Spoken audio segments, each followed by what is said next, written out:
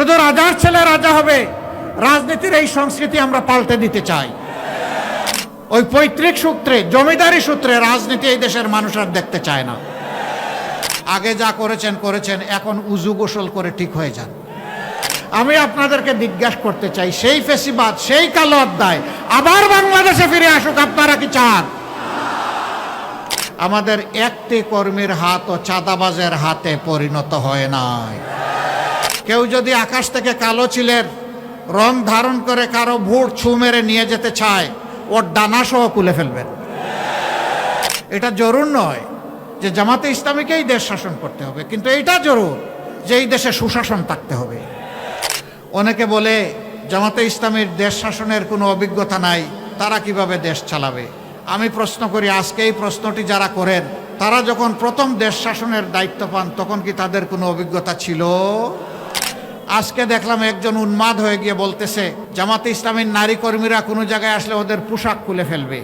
আরেক জায়গায় চাঁপাই নবাবগঞ্জে মেয়ে হয়ে একজন কথা বলেছে যে ওদের হেজাব এবং নেকাব খুলে ফেলবেন টান দিয়ে, ওদেরকে ধরে পুলিশের হাতে দিয়ে দিবেন। এর নাম গণতন্ত্র? নির্বাচনের আগেই যদি আপনি এটা করেন, নির্বাচনের পরে কি করবেন? একদিকে আপনি মাদের হাতে দিবেন ফ্যামিলি কার্ড, আর পাশাপাশি আপনার প্রতিপক্ষ হলে তার সেই মায়ের গায়ে দিবে আপনি হাত। ওই ফ্যামিলি কার্ড আর হাত দুইটা একসাথে চলবে না। কিন্তু আপনি গায়ের জুড়ে সেই ফেসিবাদী কায়দায় আবার নির্বাচনকে চলে বলে কৌশলে নিজের ইচ্ছা মতো প্রভাবিত করবেন। এখনকার যুব সমাজ 24-এ চিৎকার দিয়ে ঘুমাইয়া পড়ে নাই। যুবকদেরকে বলছেন তাদেরকে বেকার ভাতা দেবে, কে বলছে? তারা আপনার কাছে গিয়ে মিছিল করে, আপনাদের কাছে মিছিল করে বলছে যে আমরা বেকার ভাতা দেন। আমাদের যুবকদেরকে আমরা বেকার ভাতা দিয়ে অপমানিত করতে চাই না। আমাদের যুবক যুবতীদের প্রত্যেকের দুটি হাতকে আমরা দেশ গড়ার কারিগরের হাতে পরিণত করতে চাই। আমাদের একটাই ধান্দা, কিভাবে এই জাতির কিছু ভালো করা যায়। আমরা আবারও বলছি, লেজ ধরে টান দিব না, আমরা কান ধরে টান দিব ইনশাআল্লাহ। ধর্মের ভিত্তিতে কারো মূল্যায়ন হবে না। নাগরিকত্ব, দেশপ্রেম এবং তার যোগ্যতার ভিত্তিতে তার মূল্যায়ন হবে ইনশাআল্লাহ। ব্যাংক ডাকাত, শেয়ার মার্কেট লুটেরা, তাদের কি হবে? তারা অনেকে পালিয়ে বিদেশে গিয়ে আলিশান বাড়িতে থাকেন। আল্লাহ যদি আমাদেরকে তৌফিক দেন, আমরা ওদের পেটের ভিতরে হাত ঢুকাইয়া জনগণের টাকা বের করে নিয়ে আসবেন। আপনি কি দয়া করে ওনার পায়ের বেড়িটা খুলে আমার পায়ে একটু লাগাই দিবেন? মহিলারা প্রকাশ্যে বলছে, আমরা আমাদের ইজ্জতের পাহারাদার হিসাবে জামাতে ইসলামের উপরেই আস্থা রাখতে চাই। অনেকে বলছেন ডাকসু গত 50 বছরে যা করতে পারে নাই, এরা 4 মাসে তার চেয়ে বেশি করেছে। কেন করেছে জানেন? ওরা আল্লাহকে ভয় করে। ওরা কথা দিয়েছিল তাই কথা রক্ষা করে। আসসালামু আলাইকুম ওয়া রাহমাতুল্লাহ। সম্মানিত বাগেরহাটবাসী, কেমন আছেন?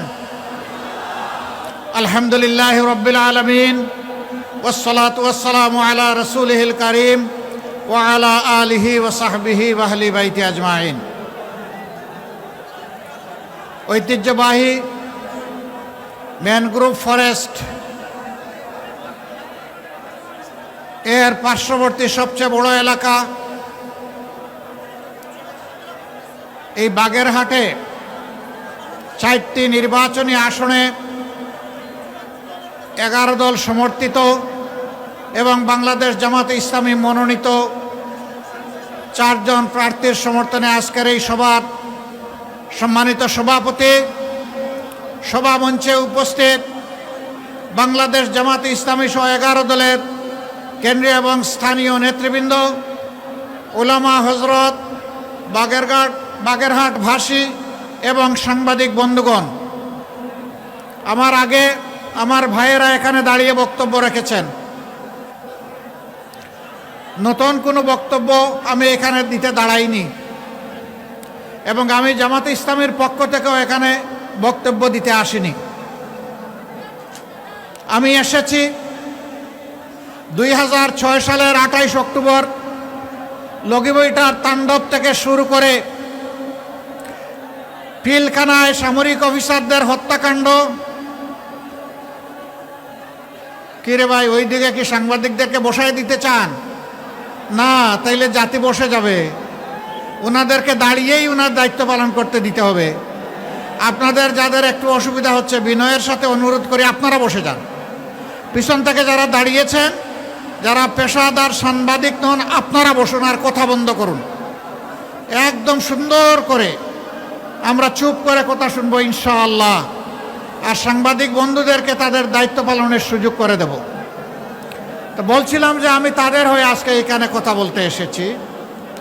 28 অক্টোবরের সেই লগি বইটার তাণ্ডবে যে মানুষগুলাকে খুন করা হয়েছিল, এই থেকে শুরু করে পরবর্তী পর্যায়ে 2009 সাল 25 এবং 26শে ফেব্রুয়ারি ঢাকার পিলখানায় যেই সমস্ত সামরিক অফিসার 57 জনকে হত্যা করা হয়েছিল, এরপরে জামাতে ইসলামীর শীর্ষস্থানীয় নেতৃবৃন্দকে যুদ্ধ অপরাধের মামলার নামে সহস্রাব্দীর সবচেয়ে মিথ্যা এবং জঘন্য অপবাদ দিয়ে যারা খুন করেছিল, এই অন্যায়ের প্রতিবাদ করতে গিয়ে যারা আমাদের হাজারো কর্মীকে আমাদের বুক থেকে কেড়ে নিয়েছে এবং পুরা 15.5 বছর জুড়ে এদেশের সকল রাজনৈতিক দল, আলিম উলামা, সাংবাদিক, বিভিন্ন শ্রেণী এবং পেশার মানুষ, শিশু থেকে বৃদ্ধ, মা থেকে বাবা, ঠান্ডা মাথায় যাদেরকে খুন করা হয়েছিল, আমরা তাদের ঘরে ঘরে যাওয়ার চেষ্টা করেছি।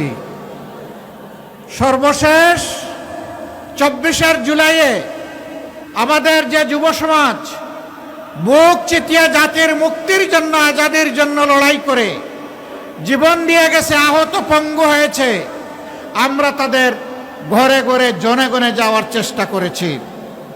সেদিন যে মা, যে বাবা তার সন্তান হারিয়েছেন, যে যুবতী বোনটি তার স্বামী হারিয়েছে, যে অবুঝ শিশুরা তার বাবা হারিয়েছে, আমরা তাদের চোখের কোণায় পানি দেখি নাই, আমরা রক্তের ফোঁটা দেখেছি।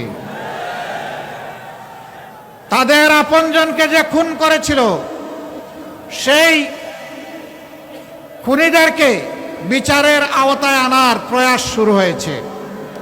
জানি না সব বিচার এ জগতে সম্ভব হবে কিনা, তবে নিশ্চিত যার যার পাওনা আদালতে আখেরাতে সবাই পেয়ে যাবে ইনশাআল্লাহ। প্রিয় দেশবাসী, যখন ওই ধরনের কোনো শহীদ পরিবারের কাছে যেতাম, অবুঝ শিশুদেরকে একটু কাছে টানতাম। 4-5 বছর 6 বছরের বাচ্চারা হাতে ধরে টেনে নিয়ে যেত, একটা দেয়ালের সামনে নিয়ে দেয়ালে আঁকা তার বাবার ছবি দেখিয়ে বলতো, এটা আমার বাবার ছবি, আমার বাবা কি আর আসবে? এই অবুঝ শিশুদের এই প্রশ্ন শুনে আমরা স্তব্ধ হয়ে যেতাম। আমাদের বুকের এবং টুটের ভাষা বন্ধ হয়ে যেত। আমরা তখন চোখের ভাষায় কথা বলতাম। তখন চোখ দিয়ে আমাদেরও পানি গড়াতো ওদের চোখের পানির সাথে। আমি তাদের হয়ে আজকে এখানে দাঁড়িয়েছি। আমি দাঁড়িয়েছি ওই সমস্ত বনি আদমদের হয়ে যাদেরকে আপনজনের বুক থেকে তুলে নিয়ে কোথায় গায়েব করা হয়েছে, কোন আয়নাগরে রাখা হয়েছে, তাদের আপনজনেরা জানে না। আমরা যখন বিভিন্ন জায়গায় যেতাম, এরকম কিছু মানুষ ছুটে আসতেন, বলতেন, বাবা, ভাই, আমার সন্তানটা হারিয়ে গেছে, ওরকম তুলে নিয়েছিল, কোনো খবর পেলাম না, ও কি জীবিত আছে? যদি জীবিত থাকে তাইলে কোথায় আছে আপনারা কি জানেন? আর যদি না থাকে তাইলে তার কবরটা কোথায় আমাদেরকে একটু দেখাই দিতে পারবেন? যদি জীবিত থাকে, আল্লাহ যেন আমার বুকের ধনকে আমার বুকে ফিরায় দেন। আর যদি দুনিয়া থেকে চলে যায়, অন্তত তাদের কবরটা দেখে মনে একটু শান্তি নিতে চাই। ওই কবরের মাটি ছুঁয়ে আমাদেরকে কবরটা দেখাই দিতে পারবেন? বলুন, এই সমস্ত মানুষদের কাছে আমাদের কোনো জবাব ছিল? অসংখ্য বনি আদমকে, এই দেশের নিরীহ নাগরিককে, রাজনৈতিক দলের নেতাকর্মীদেরকে, আলিম উলামাকে দফায় দফায় জেলে নেওয়া হয়েছে মিথ্যা মামলায়। মাঝে মাঝে কোর্ট থানার গারদে বসে থাকতাম। কখনো কখনো দেখতাম সফেদ দাড়িওয়ালা, মাথায় পাগড়ি বাঁধা, দেখে মনে হতো যে বড় মাপের কোনো আলেম হবেন। সবাইকে তো আর চিনতাম না। এরকম একজন আলেম, আমাকে যে রুমে রাখা হয়েছে তার উল্টা দিকে ওনাকে রাখা হয়েছে। আমি দেখতে পেলাম ওনার পায়ে বেড়ি পরানো। কোর্টের ওসিকে সালাম পাঠালাম, উনি আসলো। আমি বললাম যে ওই যে এখানে বসে আছেন উনি কে? তো উনি একটা পরিচয় দিলেন, আমি নামটা এখানে বলতে যাচ্ছি না। আমি বললাম যে উনি যদি সেই ব্যক্তি হয়ে থাকেন তাইলে তো উনি হাজার আলিমের উস্তাদ। আপনি কি দয়া করে ওনার পায়ের বেড়িটা খুলে আমার পায়ে একটু লাগাই দিবেন? কয় কেন? আমি বললাম সহ্য হয় না। কয় মাফ করবেন, আপনার পায়ে বেড়ি লাগালে তো ওই জেল থেকেই লাগাই দিত। ওই বেড়ি খুলতেও পারবো না আর আপনার পায়ে লাগাতেও পারবো না। এইরকম জ্যেষ্ঠ আলিমদেরকে, উস্তাদদেরকে, ওলামা মাশায়েখদেরকে এক জেল থেকে আরেক জেলে বেড়ি লাগিয়ে টানাটানি করা হয়েছে, বছরের পর বছর রাখা হয়েছে। কি অপরাধ? অপরাধ একটাই, তারা অন্যায়ের প্রতিবাদ করেছে। আল্লাহ নবীর বিরুদ্ধে কুৎসা যারা রটনা করেছে তাদের বিরুদ্ধে আওয়াজ দিয়েছেন। এই অপরাধে তাদেরকে হেনস্থা করা হচ্ছে। আমি তাদের হয়ে আজকে এখানে দাঁড়িয়েছি।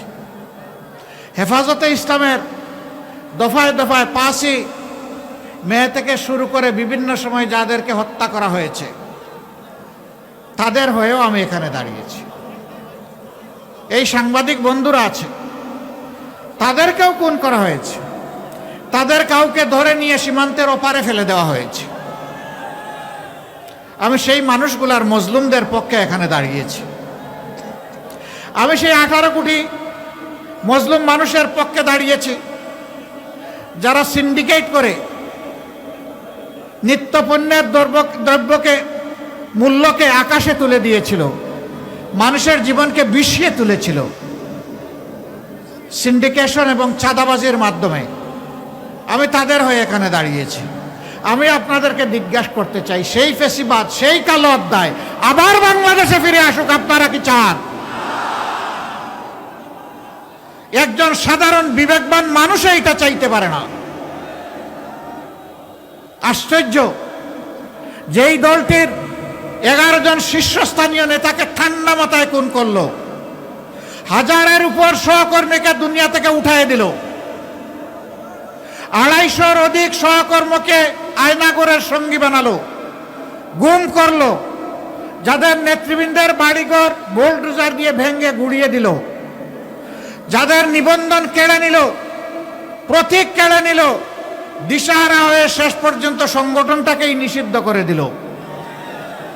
সেই মজলুম সংগঠন আল্লাহ তাআলা এই জাতিকে যখন আমাদের বুকের সন্তানদের বুক চিতিয়ে যুদ্ধ করার ফসল হিসাবে আমাদেরকে মুক্তি দিলেন, আমরা সেজদায় পড়লাম, শুকরিয়া আদায় করলাম।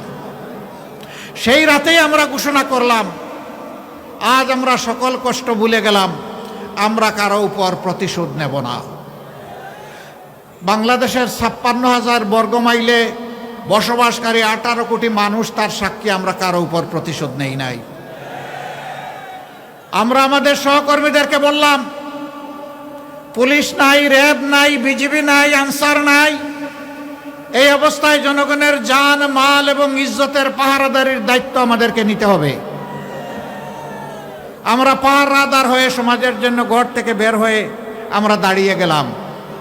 টানা 15 দিন সেই বৃষ্টি ভিজা এবং রোদে শুকানো দিনে আমাদের সহকর্মীরা পাহারা দিয়েছে দেশের মানুষের জান, মাল এবং ইজ্জতের। এরপরে সরকার যখন গঠন হয়েছে, কিছু স্থিতিশীল হয়েছে, পুলিশ আস্তে আস্তে তাদের কাজকর্মে ফিরে এসেছেন, তখন আমরা তাদের সাথে এবং বিভিন্ন পক্ষ, বিভিন্ন দল, ধর্মের নেতৃবৃন্দের সাথে আলাপ করে আমাদের সহকর্মীদেরকে আমরা তুলে এনেছি। আমরা বলেছি আবারও প্রয়োজন হলে আমরা যাব। আমরা সহকর্মীদেরকে বলেছিলাম, ধৈর্য ধরুন, শান্ত থাকুন। আপনারা বাংলাদেশের জনগণ, বাগেরহাটের জনগণ সাক্ষী, আমাদের একটি কর্মীর হাত ও চাঁদাবাজের হাতে পরিণত হয় নাই। অনেক দুঃখ কষ্ট, অনেক আর্থিক ক্ষতি আমাদের হয়েছে, কিন্তু চাঁদাবাজি যেহেতু হারাম, হারামের দিকে আমাদের কর্মীদের হাত বাড়ানো হয় নাই। আমরা কোনো স্ট্যান্ড দখল করি নাই। আমরা মানুষকে, নিরীহ মানুষকে মামলা দিয়ে একই মামলায় শত শত আসামি করি নাই। আমরা এ নিয়ে কোনো মামলা বাণিজ্য করি নাই। আমরা কথা দিয়েছিলাম, এই জাতির সাথে কথা রেখেছি। কেন জানেন? আমরা এই দেশটাকে ভালোবাসি, আমরা এদেশের মানুষকে বড়ই ভালোবাসি। আমরা যারে ভালোবাসবো তার তো আমরা কোনো ক্ষতি করতে পারি না। আমরা প্রতিজ্ঞাবদ্ধ, ইনশাআল্লাহ ইনশাআল্লাহ এই বাংলাদেশকে আমরা নিরাপদ, শান্তি এবং উন্নতির বাংলাদেশে পরিণত করব। বলবেন কিভাবে করব? করব আপনাদের ভালোবাসা এবং সহযোগিতা নিয়ে, করব আপনাদের সমর্থন এবং ভোট নিয়ে। যদি আমরা আপনাদের বিবেচনায় উপযুক্ত হই। অনেকে বলে জামাতে ইসলামীর দেশ শাসনের কোনো অভিজ্ঞতা নাই, তারা কিভাবে দেশ চালাবে? আমি প্রশ্ন করি, আজকে এই প্রশ্নটি যারা করেন, তারা যখন প্রথম দেশ শাসনের দায়িত্ব পান তখন কি তাদের কোনো অভিজ্ঞতা ছিল? যদি না থেকে থাকে তাহলে এটি কোনো শর্ত নয়। আর আমি বলবো তাদের কথা সঠিকও নয়। আমরা একটা সরকারে 1 থেকে 6, 2001 থেকে 6 আমরা একটা সরকারে সামান্য অংশগ্রহণ করেছিলাম। 2 জন মন্ত্রী দায়িত্ব পালন করেছিলেন। তারা কি ব্যর্থ ছিলেন? তারা কি অসৎ ছিলেন? তারা কি অদক্ষ ছিলেন? না, তারা সততা এবং দক্ষতার সাথে তাদের দায়িত্ব তারা পালন করেছেন। সেই মানুষগুলা যাদেরকে নিজেদের হাতে গড়ে রেখে গিয়েছেন, আজকে তারাই আপনাদের সামনে এগিয়ে এসেছেন। তাদের উপর যেভাবে অতীতের মানুষগুলো আস্থা রেখেছিল, আজকের মানুষগুলোর উপর আস্থা রাখলে আমরা ইনশাআল্লাহ আমাদের সমস্ত যোগ্যতা এবং শক্তি দিয়ে আমরা আপনাদের আস্থার ঋণ পরিশোধ করব। প্রিয় দেশবাসী, আমরা কি চাই? দেশবাসী যা চায় আমরাও তাই চাই। আমাদের যুব সমাজ যা চায় আমরা তাই চাই। আমাদের মা বোনেরা যা চান আমরা তাই চাই। যুব সমাজ কি চায় তারা জাতিকে জানিয়ে দিয়েছে। জানিয়ে দেয় নাই? বাংলাদেশের 5টা পাবলিক বিশ্ববিদ্যালয়, যেগুলা সর্ববৃহৎ বিশ্ববিদ্যালয়, সেই বিশ্ববিদ্যালয়ে নির্বাচন হয়েছে ছাত্র সংসদের। তারা কি একটা রায় দেয় নাই?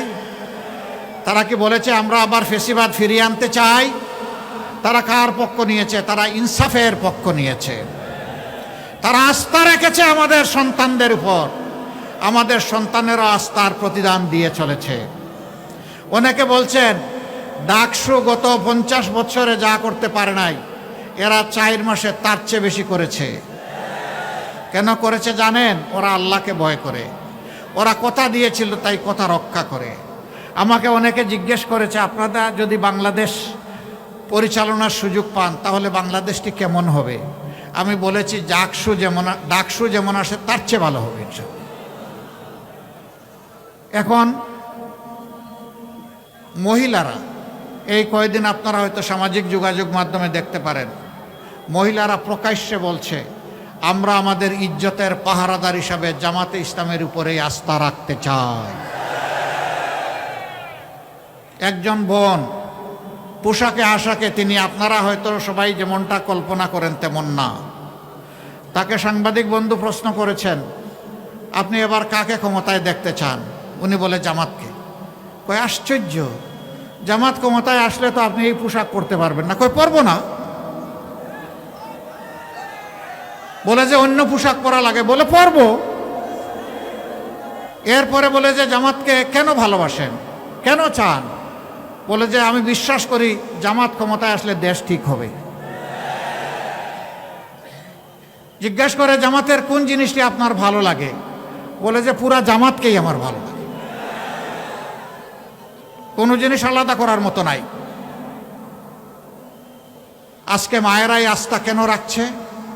কারণ 54 বছর তারা সবাইকে দেখেছে, সবাই তাদের সাথে কথা দিয়েছে, কিন্তু তাদের ইজ্জতের প্রতি যথাযথ সম্মান প্রদর্শন করা হয়নি। আর এই সময়টা জুড়ে আমরাও এই সমাজে ছিলাম, আমাদেরকেও তারা দেখেছেন। আমরা মায়েদের ব্যাপারে বলতে চাই, আমরা সবাই মায়ের সন্তান, মায়ের পেট থেকে এসেছি। মা আমাদেরকে 285 দিন গর্ভে ধারণ করেছেন বড় কষ্ট করে। দুনিয়ায় আসার পরে বুকের দুধ খাওয়িয়েছেন, আর বুকটাকে আমার জন্য, আপনার জন্য বিছানা, নিরাপদ বিছানা বানিয়ে দিয়েছেন। যে মা পেটে নিলেন, বুকের দুধ খাওয়ালেন, বুককে সন্তানের বিছানা বানিয়ে দিলেন, সেই মায়ের ঋণ পরিশোধ করা কি সন্তানের পক্ষে সম্ভব? অসম্ভব। আমরা এটা পারবো না, কিন্তু আমাদেরকে জান প্রাণ দিয়ে চেষ্টা করতে হবে সেই মাকে সম্মান করা। আমরা ইনশাআল্লাহ এই দেশের সেবার সুযোগ পেলে আমরা মাদেরকে মর্যাদার আসনে অধিষ্ঠিত করব। তারা ঘরে, চলাচলে, কর্মস্থলে, সব জায়গায় তাদের জন্য সম্মান এবং নিরাপত্তা নিশ্চিত করা হবে ইনশাআল্লাহ। আমরা বড় ব্যথিত, বড় দুঃখিত, বড় লজ্জিত। এই নির্বাচন ফ্যাসিবাদের জাতাকলে পিষ্ট হওয়া সকল দলই আমরা অংশগ্রহণ করছি, কিন্তু দুই একটা দল ইদানিং মায়েদের, জামাতে ইসলামের প্রতি এই ভালোবাসাকে তারা সহ্য করতে পারছেন না। গণতন্ত্রের অর্থ হচ্ছে জনগণের রায়ের উপর, চিন্তার উপর, মতের উপর আপনাকে আস্থা রাখতে হবে। আপনার কথা আপনি বলবেন, আমার কথা আমি বলবো, এই সুযোগ সবাইকে দিতে হবে। আজকে দেখলাম একজন উন্মাদ হয়ে গিয়ে বলতেছে জামাতে ইসলামের নারী কর্মীরা কোনো জায়গায় আসলে ওদের পোশাক খুলে ফেলবে। সে তার সহকর্মীদেরকে হুকুম দিচ্ছে।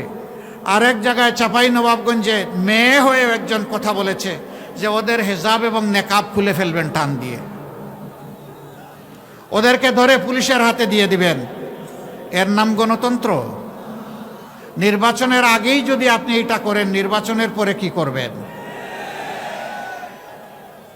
একদিকে আপনি মাদের হাতে দিবেন ফ্যামিলি কার্ড, আর পাশাপাশি আপনার প্রতিপক্ষ হলে তার সেই মায়ের গায়ে দিবে আপনি হাত।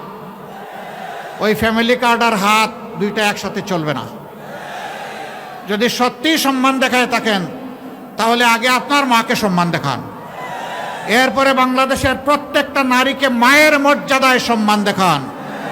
মানুষ আপনাকে ভালোবাসবে, আপনাকে স্যালিউট দেবে।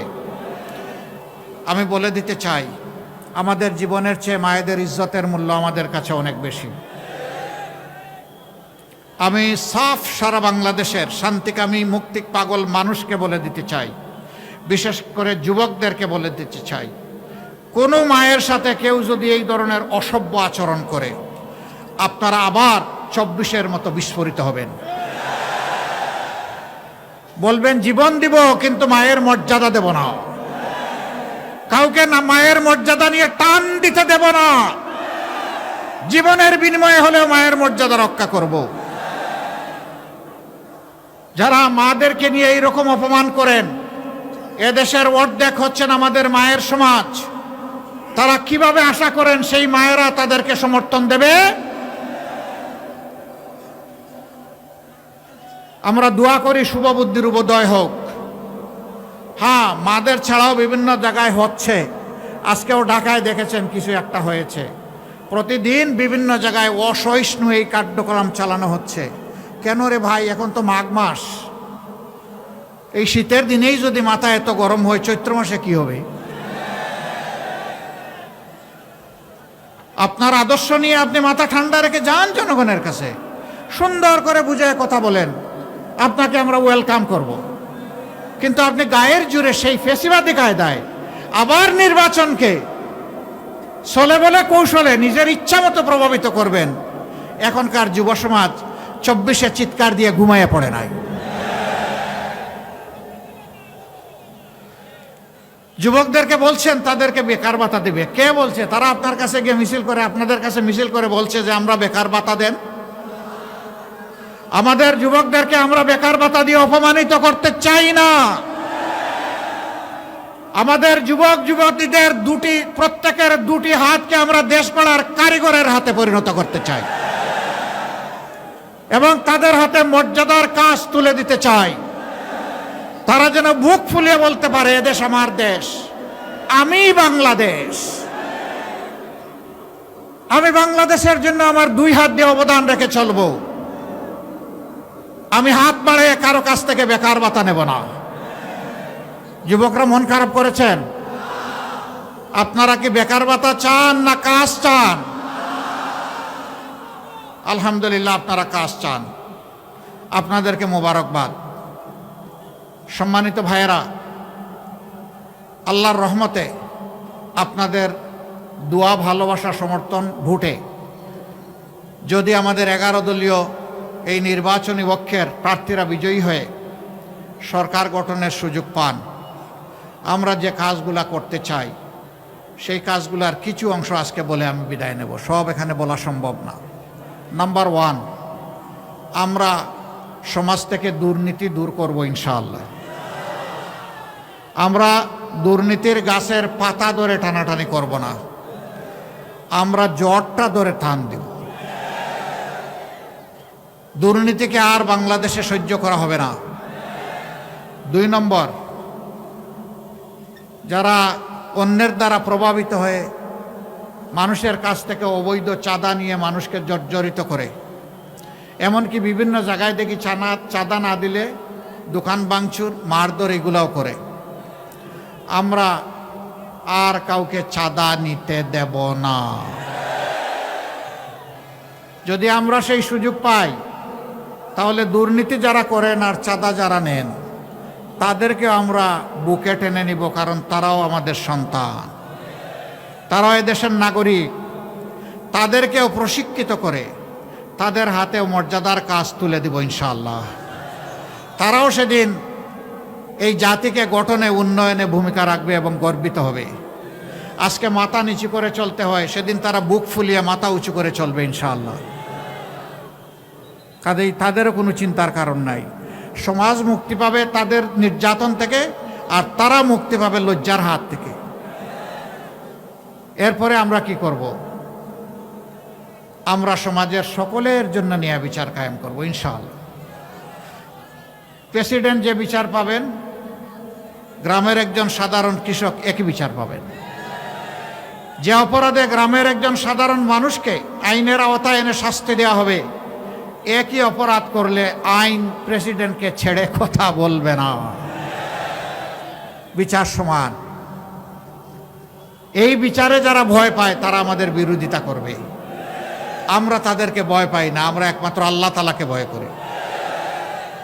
আমাদের 3য় অঙ্গীকার, মানুষের পেটে এবং মুখে ভাত তুলে দেওয়া, এটা আমাদের দায়িত্ব, কিন্তু রিজেকের মালিককে আল্লাহ রাব্বুল আলামিন।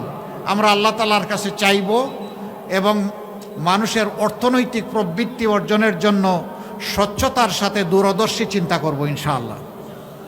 আগামী 5 বছর পরে বাংলাদেশ কোথায় যাবে, 10 বছর পরে কোথায় যাবে, 50 বছর পরে কোথায় যাবে, এটা জরুর নয় যে জামাতে ইসলামীকেই দেশ শাসন করতে হবে, কিন্তু এইটা জরুর যে এই দেশে সুশাসন থাকতে হবে।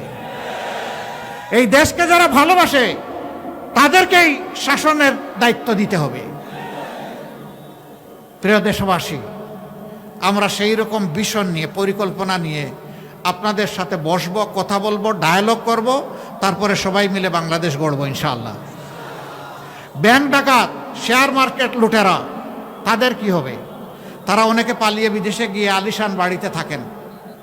আল্লাহ যদি আমাদেরকে তৌফিক দেন, আমরা ওদের পেটের ভিতরে হাত ঢুকাইয়া জনগণের টাকা বের করে নিয়ে আসবো। যা পারি, যতটুকু পারি, সেই টাকা রাষ্ট্রীয় তহবিলে যোগ হবে, তাই দিয়ে জনগণের উন্নয়ন কর্মকাণ্ড পরিচালিত হবে ইনশাআল্লাহ। এরপরে যদি আল্লাহর মেহেরবানিতে আমরা দায়িত্ব পাই নেই, সেই দিন থেকে আমরা সাফ বার্তা সবাইকে দিয়ে দিব, আগে যা করেছেন করেছেন, এখন উজু গোসল করে ঠিক হয়ে যান। এখন আর এগুলা চলবে না। আগেরটা কি হবে পরে দেখা যাবে, কিন্তু এখনটা করলে আর কেউ রেহাই পাবেন না। এই বার্তা যখন চলে যাবে, আমরা বিশ্বাস করি মাথা যদি ঠিক থাকে শরীর ঠিক হয়ে যাবে। রাজনীতির জায়গাটা স্বচ্ছ হয়ে গেলে গোটা সমাজ স্বচ্ছ হয়ে যাবে ইনশাআল্লাহ। তখন আর কেউ দুঃসাহস দেখাবে না দুর্নীতি করার, অন্য কোনো অপরাধ করার। অপরাধ তো এখান থেকে শুরু হয়, সমস্যা তো গুড়ায়, সমস্যা সমাজের মাথায়। আমরা আবারও বলছি, লেজ ধরে টান দিব না, আমরা কান ধরে টান দিব ইনশাআল্লাহ। যারাই অপরাধ করবে, কোনো ছাড় নাই। সম্মানিত ভাইরা, আমাদের সমাজের একটা বিপুল সংখ্যক শিশু, তারা শিক্ষার আলো থেকে একেবারেই বঞ্চিত। তার মা পেটের ভাত যোগান দিতে পারে না, ওরা শিক্ষা দিবে কিভাবে? সে কি দেশের নাগরিক নয়? সরকারের কোনো দায়িত্ব নেই? সেই লোকগুলা যখন শিক্ষা পায় না, অনাদরে অবহেলায় অযত্নে বড় হয়, তখন তাদের মনের মধ্যে দ্রোহের আগুন জ্বলে উঠে। আমি কি এই সমাজের কেউ নই? এই সমাজ আমাকে এইরকম অন্ধকারে ফেলে দিল কেন? তার মনে তখন প্রতিরোধ স্পৃহা জাগ্রত হয়, তখন বিভিন্ন ধরনের অপরাধ কর্মকাণ্ডে সে জড়িয়ে পড়ে। এর জন্য আমার ওই অবুঝ শিশুটি দায়ী নয়, এই জন্য দায়ী সমাজ এবং সরকার, যারা তাদেরকে শিক্ষার আলো থেকে বঞ্চিত করেছে। ইনশাআল্লাহ আল্লাহ তাআলা আমাদেরকে দেশ পরিচালনার সুযোগ দিলে আমরা তাদেরকে বুকে তুলে নেব এবং তাদের শিক্ষার ব্যবস্থা করব। তাদের মধ্য থেকে মণিমুক্তা বের হয়ে আসবে, আমরা এটা আশা রাখি। এমনকি তাদের মধ্য থেকে বের হয়ে কেউ এসে আগামী দিনের প্রধানমন্ত্রী হতে পারে। শুধু রাজার ছেলে রাজা হবে, রাজনীতির এই সংস্কৃতি আমরা পাল্টে দিতে চাই। যার যোগ্যতা আছে সেই দেশ পরিচালনার দায়িত্ব পাবে ইনশাআল্লাহ, জনগণের ভালোবাসা এবং সমর্থন নিয়ে। ওই পৈতৃক সূত্রে, জমিদারি সূত্রে রাজনীতি এই দেশের মানুষ আর দেখতে চায় না। সম্মানিত ভাইয়েরা, তারপরে কি করব? এই দেশ বিশ্বের একটা সদস্য দেশ, বিশ্বসভার, সবার সাথে আমাদের চলতে হয়, চলতে হবে, চলতে চাই। সভ্য প্রত্যেকটি দেশকে আমরা বন্ধু হিসাবে পেতে চাই, কিন্তু অতীতে এই বন্ধুত্ব নয়, কিছু কিছু ক্ষেত্রে প্রভুত্ব কায়েম হয়েছিল। আধিপত্যবাদ আমাদের ঘাড়ে চেপে বসেছিল, আমাদের 54 বছরের অনেক সম্ভাবনাকে ধূলিসাৎ করে দিয়েছিল। আগামীতে এই জাতি আর কোনো আধিপত্যবাদ বরদাস্ত করবে না। আমরা সবাইকে বন্ধু হিসাবে পেতে চাই, কাউকেই প্রভু হিসাবে দেখতে চাই না। কেউ যেন আর প্রভুর নাটকে অভিনয় করতে না আসেন। আমরা সবার সাথে ভালো সম্পর্ক, প্রতিবেশীদের সাথে ভালো প্রতিবেশীর সম্পর্ক আমরা রক্ষা করব, কিন্তু আমরা চাই আমাদের সাথেও যেন সেই সম্পর্কটা রক্ষা করা হয়। কিছু লোক জাতিকে বিভক্ত করেছে, মুক্তিযুদ্ধের পক্ষ বিপক্ষ, অমুক ধর্ম, ধর্মে ধর্মে ক্লেশ, চেতনার ক্লেশ, এইগুলা লাগাই রেখেছে। আমরা এই সবগুলার কবর রচনা করে একটা ঐক্যবদ্ধ জাতি করতে চাই। হিন্দু, মুসলমান, বৌদ্ধ, খ্রিস্টান সবাই মিলে আমরা একসাথে ফুলের বাগানের গাছগুলার মতো থাকতে চাই, নিরাপদে শান্তিতে থাকতে চাই, সম্মানের সাথে থাকতে চাই। এখানে কারো অপমান আমরা বরদাস্ত করব না। ধর্মের ভিত্তিতে কারো মূল্যায়ন হবে না। নাগরিকত্ব, দেশপ্রেম এবং তার যোগ্যতার ভিত্তিতে তার মূল্যায়ন হবে ইনশাআল্লাহ। সম্মানিত ভাইয়েরা,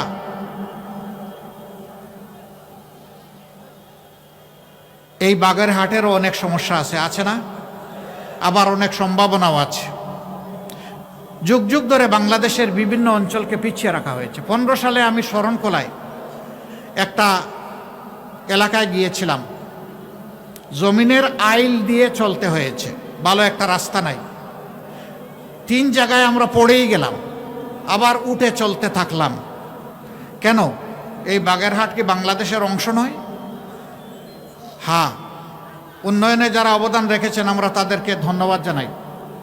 আবার উন্নয়ন করতে গিয়ে যারা ডাকাতি করেছেন তাদেরকে ধন্যবাদ জানাইতে পারবো না। জনগণের টাকা নিয়ে যারা নিজেদের পকেট বাড়ি করেছেন, সিঙ্গাপুর বানিয়েছেন আর কানাডায় বেগমপাড়া গড়ে তুলেছেন, আমরা তাদেরকে ধন্যবাদ জানাতে পারবো না।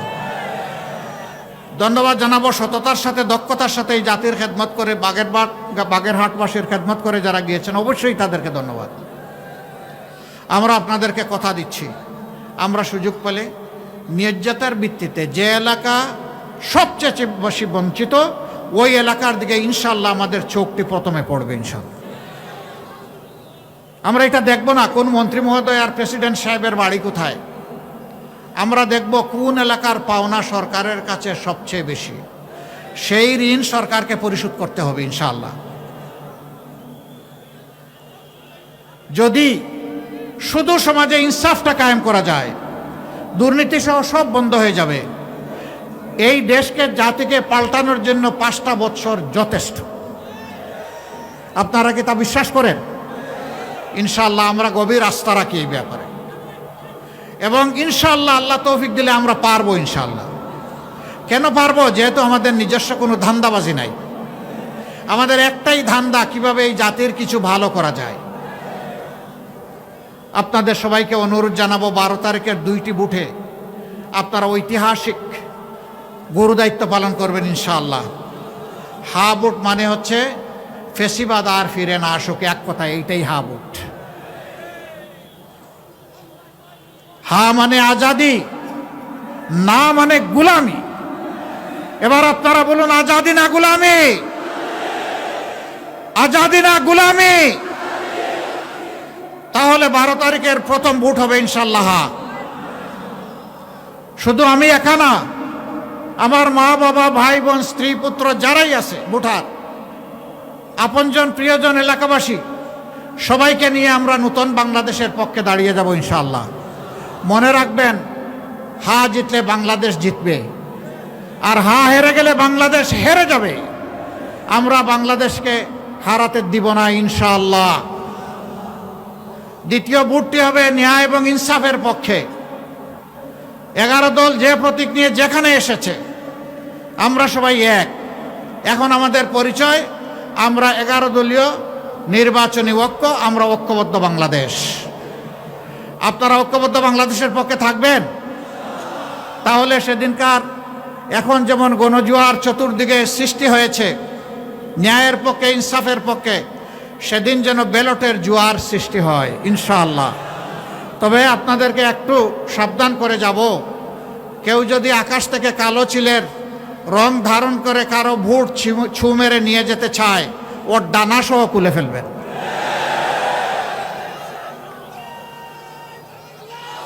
আগের স্লোগান অচল, আমার ভোট আমি দেব, তোমারটাও আমি দেব, এটা অচল। তোমার ভোট তুমি দাও, আমার ভোট আমি দেব। আমার ভোটে হাত বাড়ালে খবর আছে। সম্মানিত ভাইরা, নিজেরাই ভোটের পাহারাদারি করতে হবে, অন্যের ভোটেরও পাহারাদারি করতে হবে। নাগরিকদের পূর্ণ অধিকার, যারে পছন্দ তারে ভোট দেবে, কিন্তু জোর করে আমার পছন্দের বাক্সে ঢুকাবো, এটাকে বুতা করে দিতে হবে।